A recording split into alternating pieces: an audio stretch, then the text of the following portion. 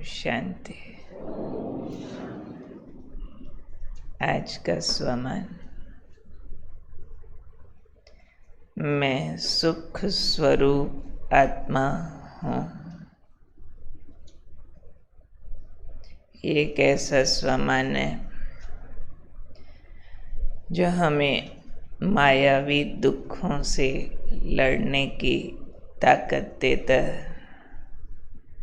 जितना हम सुख स्वरूप में रहते हैं, अंदर सुख का स्टॉक जमा होता रहता है, और जितना अंदर सुख का स्टॉक जमा है, उतना बाहर से आने वाले दुखों का प्रभाव नहीं होता है।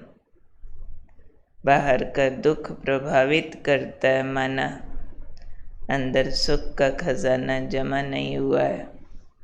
मिलता है बाबा से, लीक हो जाता है।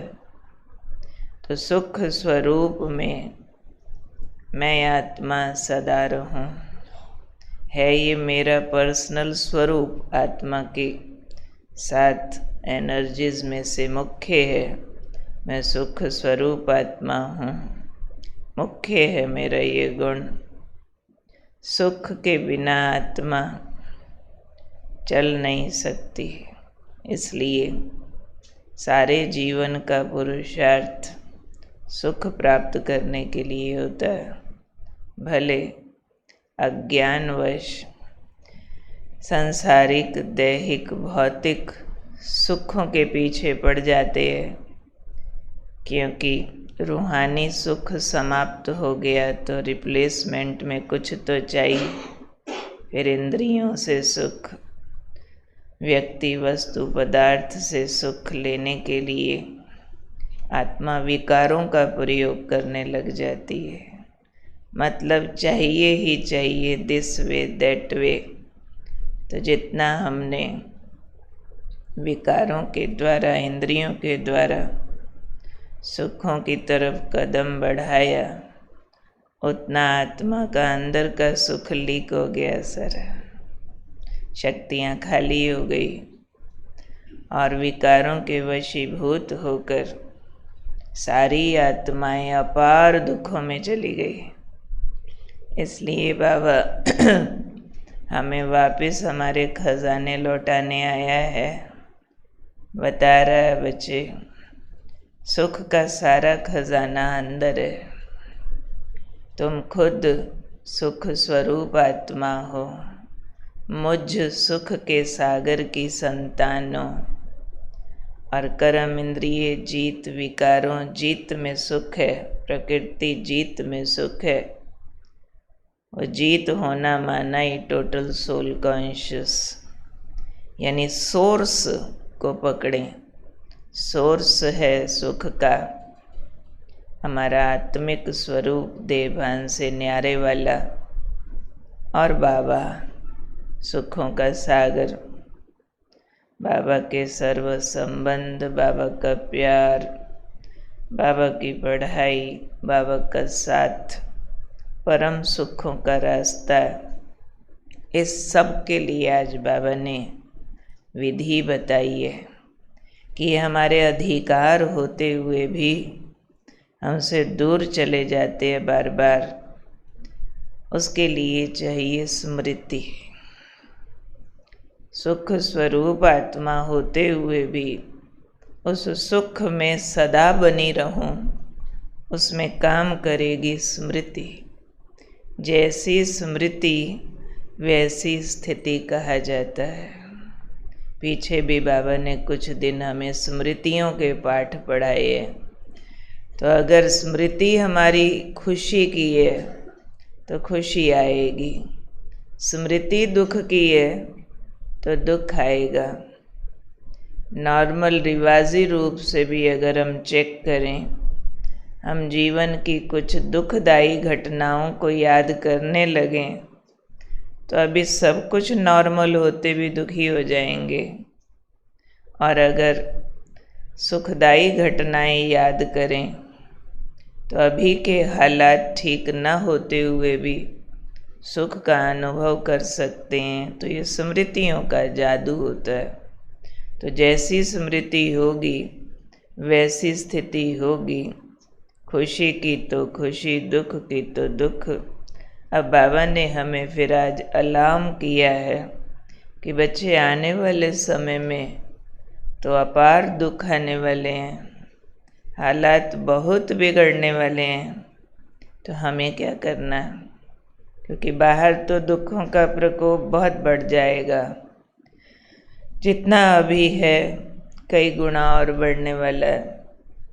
तो ऐसे में बाबा ने कहा आप सुख के सागर के बच्चे हो, याद रखो, आप सुख के सागर के बच्चे, दुख से न्यारे सुख स्वरूप में रहने वाले हो, सदा मौजों में रहने वाले हो, तो दुख के प्रभाव में आ नहीं सकते। तो ये हमें तैयारी अभी से करनी है। पूरी दिनचर्या की छोटी छोटी बातों में भी आदत डाल लें कि बाहर का दुख जो आ रहा है वो मुझे प्रभावित नहीं करे।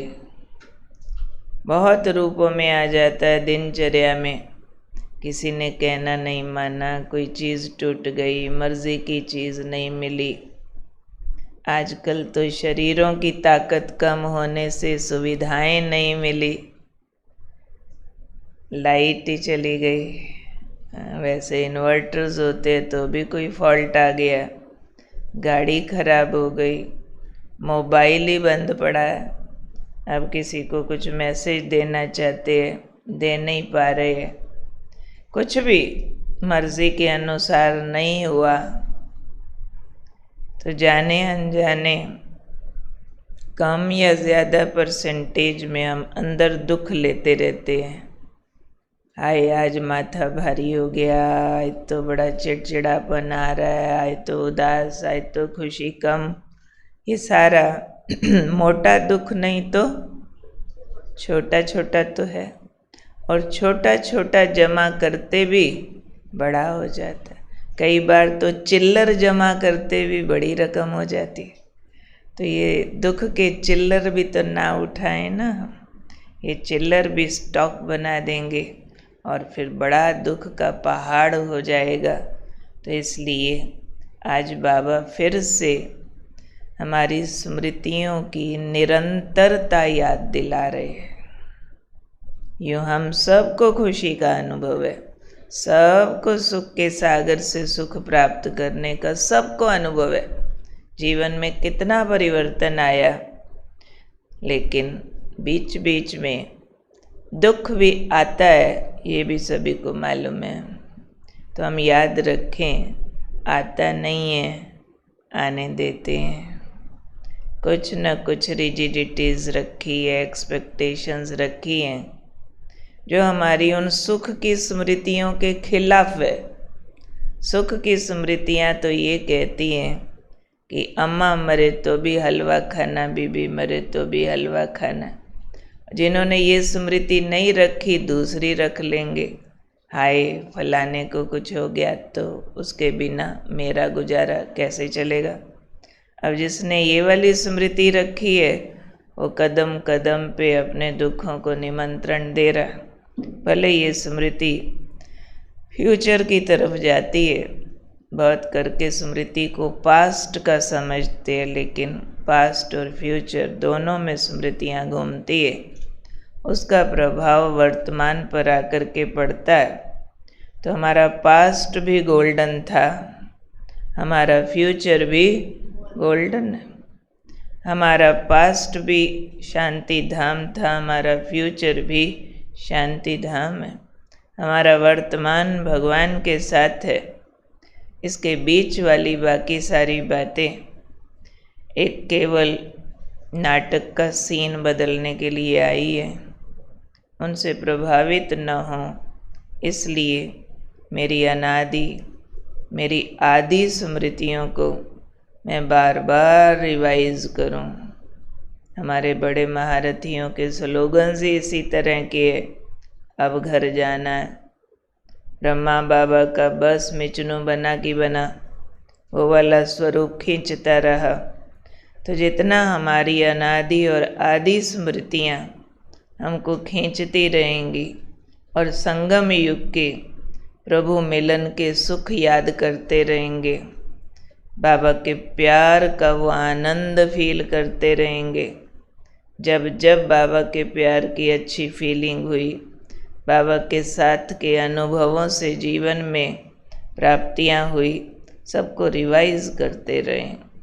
जितना रिवाइज करते रहेंगे उतना दुख के हालात में भी दुख धारण नहीं होगा। सुख अंदर समाया हुआ उसको न्यूट्रलाइज करता रहेगा। तो हमें याद रखना है कि हम संगम युगी हैं। कलयुग से नाव निकल चुकी है, सतयुग की ओर पहुंचने वाली है। बस हम मंजिल की तरफ पहुंचे तो बीच वाली बातें हमारे काम की नहीं है। तो आज के दिन स्मृतियों का जादू देखना है। स्मृति से स्थिति, ये स्लोगन याद रखते हुए जब भी स्थिति में खुशी और सुख के अलावा कुछ आने लगे, थोड़ी सी उदासी, थोड़ी सी निराशा, थोड़ा चिड़चिड़ापन, थोड़ा दुख, थोड़ा भी कुछ आने लगे, तुरंत स्मृति चेक करो कि स्मृतियाँ शायद पटरी से उतर रही है। पटरी से उतरने से पहले ही वापस लाइन पे ले आओ, नहीं तो गाड़ी पूरी पटरी से उतर गई तो कितना बड़ा हादसा हो जाएगा। जिंदगी में कितना बड़ा दुखों का एक्सीडेंट हो सकता है। तो इस एक्सीडेंट से बचना है, ना दुख देना है ना दुख लेना है। हम सुख स्वरूप आत्माएं, सुख के सागर के बच्चे, दुख से न्यारे रह करके सुख लेते और सुख देते हैं। ये हमारा धर्म है, ये हमारा कर्म है, हमारा नैतिक फर्ज है, क्योंकि हमने सुख के सागर को पाया है, हम उसके बन गए हैं, वह हमारा हो गया है। वह हमें अपार सुखों से भरने के लिए निरंतर हमारे ऊपर काम कर रहा है।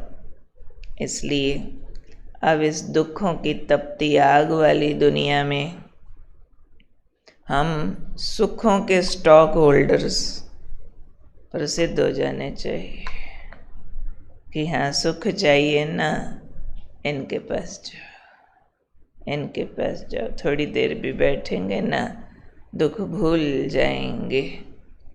ऐसा है? सारे दुख भूल चुके हैं हम या कुछ बाकी है? दुख याद न रहे, नहीं तो कई बार दुखदाई बात को बीते वर्षों हो गए, लेकिन उसको दोहराते बहुत है। सुख की बातें भूल जाते हैं। हाँ, जो दुख की बातें बहुत दोहराएगा उसको भूल जाएंगी।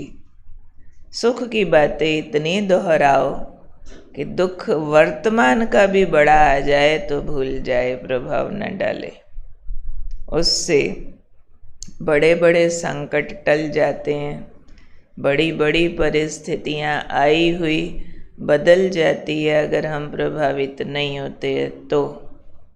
कल एक स्थान पर हम गए, एक भाई बता रहे थे कि मेरे ऊपर कितनी बड़ी परिस्थिति आई हुई है, हमारा सारा स्टाफ उससे सफ़र कर रहा है, कोई ऐसे सीनियर आए हैं, हम सब के अगेंस्ट हो गए, क्या करूं? मैंने कहा एक ताबीज देती हूँ, वो पहन लो। कहते कौन सा ताबीज है बहन जी? उनको लगा कोई ऐसे धागा धुगा मिलेगा कुछ। मैंने कहा 1 हफ्ते का व्रत रखो। क्या व्रत रखो? आप और आपका सारा स्टाफ, जिससे आपको प्रॉब्लम आ रही है, जो प्रॉब्लम आ रही है उसको शेयर करना बंद कर दो। जो वो गलत कर रहे हैं, कहते बहुत गलत कर रहे हैं बहन जी, मैं कहा मान गई कर रहे हैं, पर उसको आपस में शेयर करना बंद कर दो। हो सकता है? कहते हो सकता है। मैंने कहा दूसरा काम, उस पर्सनैलिटी को बार बार अपने सामने लाइट के घेरे में बैठा देखो, फील करो और अंदर से आवाज़ निकालो, बहुत अच्छे, बहुत अच्छे, बहुत अच्छे, बहुत अच्छे। और वो आपके साथ अच्छा व्यवहार कर रहे। कहते दोनों काम करूँगा। कहते अब भी बुलाता हूँ पूरे स्टाफ को।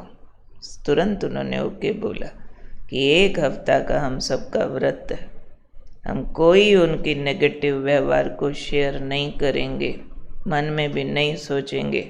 अगर करना है तो उनकी कोई अच्छाई शेयर करेंगे। मैंने कहा वो एक अकेला नेगेटिव, आप यहाँ 50-100 बंदे उसकी नेगेटिविटी अंदर धारण करके फैला रहे हो, तो ज़्यादा बड़े एटम बम तो आप लोग हो।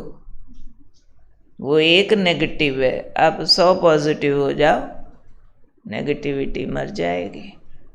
आजमाओ, फिर रिजल्ट बताना। कहते 1 हफ्ता प्रैक्टिस करके आपको रिजल्ट सुनाएंगे। क्या समझते हो, रिजल्ट आएगा कि नहीं? यही काम हम सबको करना है। याद रहे, मैं सुख स्वरूप आत्मा दुख को धारण नहीं कर सकती। सुख की स्मृतियों में रहती हूँ तो दुख आए हुए को वापस जाना पड़ेगा, क्योंकि यहाँ दरवाज़ा बंद है ना। तो सुख स्वरूप में रहो तो दुखों की एंट्री का दरवाज़ा बंद हो जाता है। तो आज हमारे फरिश्ता स्वरूप में जो कल से हमने स्वतंत्रता का लिया, आज से हम शुरू करेंगे। कल लिया था देहभान से स्वतंत्र, देह से न्यारा, देह और मैं अलग अलग। आज से हमने लेना है, आज क्रोध का लेंगे। आज पहला अभिमान, कल क्रोध, परसों मोह, फिर कामनाएं यानी विषय विकार, फिर लोभ।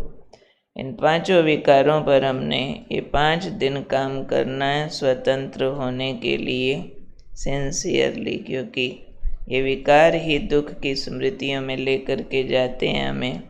अव्यक्त बाप दादा का महावाक्य सुनते हैं इस पर। 23/12/94 की मुरली का महावाक्य है, देह भान और देह अभिमान। ईगो पे लेना आज। देह भान फिर भी कॉमन चीज़ है जिस पर कल बात की, लेकिन जितने ज्ञानी तू आत्मा, योगी तू आत्मा बनते हैं, उतना देह अभिमान रुकावट डालता है। और अभिमान अनेक प्रकार का आता है, उसकी लिस्ट सुन लो। इसमें भी दिन में कई बार पढ़ना, नोट भी कर सकते हैं। कई प्रकार का अभिमान, अपने बुद्धि का अभिमान, अपने श्रेष्ठ संस्कार का अभिमान, अपने अच्छे स्वभाव का अभिमान, अपनी विशेषताओं का अभिमान, कोई विशेष कला का अभिमान, अपनी सेवा की सफलता का अभिमान। ये सूक्ष्म अभिमान देह भान से भी बहुत महीन है। अभिमान का दरवाज़ा तो जानते हो ना, मैंपन और मेरापन, ये हैं अभिमान के दरवाज़े।